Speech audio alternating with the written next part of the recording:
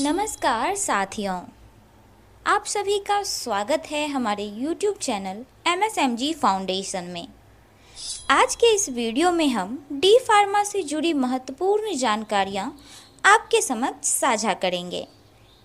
सबसे पहले तो हम जानेंगे कि डी फार्मा क्या होता है, इसमें आपको क्या क्या चीज़ें सिखाई जाती है।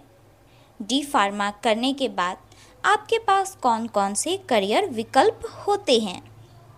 फार्मासिस्ट के तौर पर आप कहाँ कहाँ नौकरी कर सकते हैं। तो दोस्तों, अगर आप डी फार्मा की पढ़ाई कर रहे हैं या करने की सोच रहे हैं तो बने रहिए हमारे साथ वीडियो के अंत तक। तो चलिए शुरुआत करते हैं और जानते हैं सबसे पहले डी फार्मा के बारे में कि डी फार्मा आखिर क्या है। तो फ्रेंड्स, डी फार्मा का फुल फॉर्म है डिप्लोमा इन फार्मेसी। इस डिप्लोमा कोर्स का उद्देश्य फार्मेसी के लगातार बढ़ते क्षेत्र का मूलभूत ज्ञान प्रदान करना है।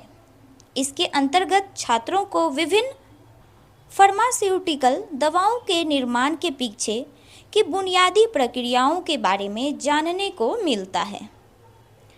नेक्स्ट जान लेते हैं कि इस कोर्स को क्यों करना चाहिए, जो कि खुद में ही एक बहुत बड़ा सवाल है।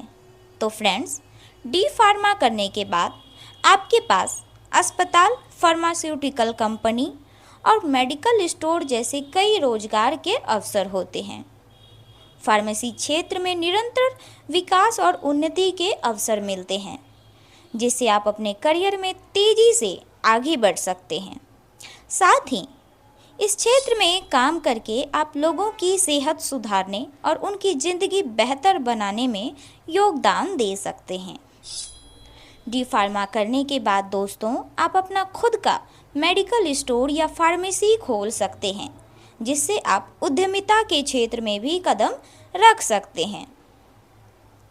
आप सभी जानते हैं कि फार्मासिस्ट की मांग हमेशा बनी रहती है, जिससे आपको स्थिर और अच्छा वेतन मिलता है। इन सब चीज़ों के बाद आपके मन में एक सवाल और होगा कि इस कोर्स को करने के लिए क्या योग्यता यानी एलिजिबिलिटी होती है और क्या ड्यूरेशन होती है। तो फ्रेंड्स, दुनिया भर के किसी भी प्रमुख विश्वविद्यालय में प्रवेश पाने के लिए छात्रों को कुछ प्रमुख शर्तें पूरी करनी होगी।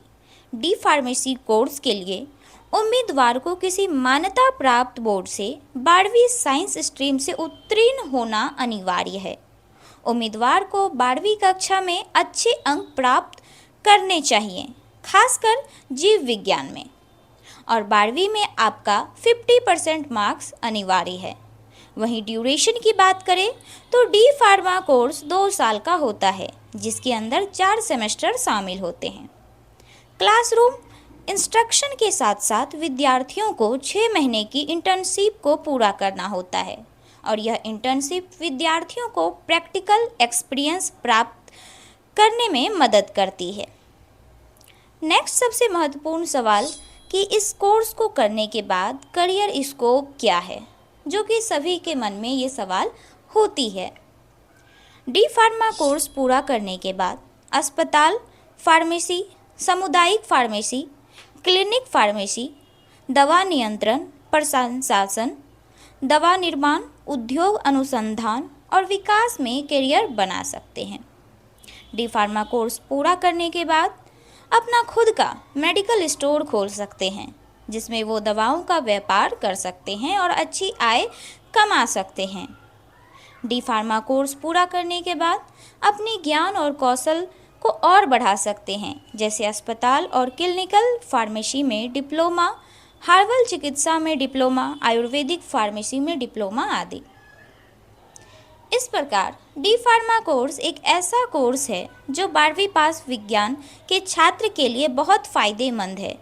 यह उन्हें फार्मेसी के क्षेत्र में विभिन्न अवसर प्रदान करता है, साथ ही उनका समय और पैसा भी बचाता है। इन शॉर्ट अब बात कर लेते हैं थोड़ा कि इस कोर्स को करने के बाद किन किन जगहों पे आप काम कर सकते हैं। तो फ्रेंड्स, आप adviser pharmacist, clinical pharmacist, community pharmacist, hospital pharmacist और मेडिसिन मैनेजमेंट टेक्नीशियन, इन सब जगहों पे आप काम कर सकते हैं। दोस्तों, डी फार्मा वालों की वेतन की बात करें तो सरकारी नौकरी में 40 से 60 हज़ार रुपये प्रति माह तक मिलते हैं, जबकि मेडिकल स्टोर चलाने में स्टोर की साइज, लोकेशन आदि बातों पर आय निर्भर करती है। लास्ट बात कर लेते हैं इस कोर्स की फ़ीस क्या है।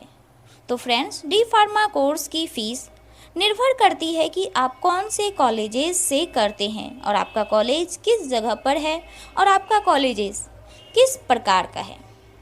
आप यदि यह कोर्स गवर्नमेंट कॉलेज से करते हैं तो उसकी एक सेमेस्टर की फ़ीस 10,000 से 30,000 तक होगी, यानी कि पूरे कोर्स की फ़ीस 20,000 से 60,000 तक हो सकती है। और वहीं यदि आप यह कोर्स प्राइवेट कॉलेज से करते हैं तो उसकी फ़ीस 60 से 1 लाख तक होगी एक सेमेस्टर की, यानी 1 लाख से 20 लाख रुपए तक की आपकी फ़ीस हो सकती है इस कोर्स की।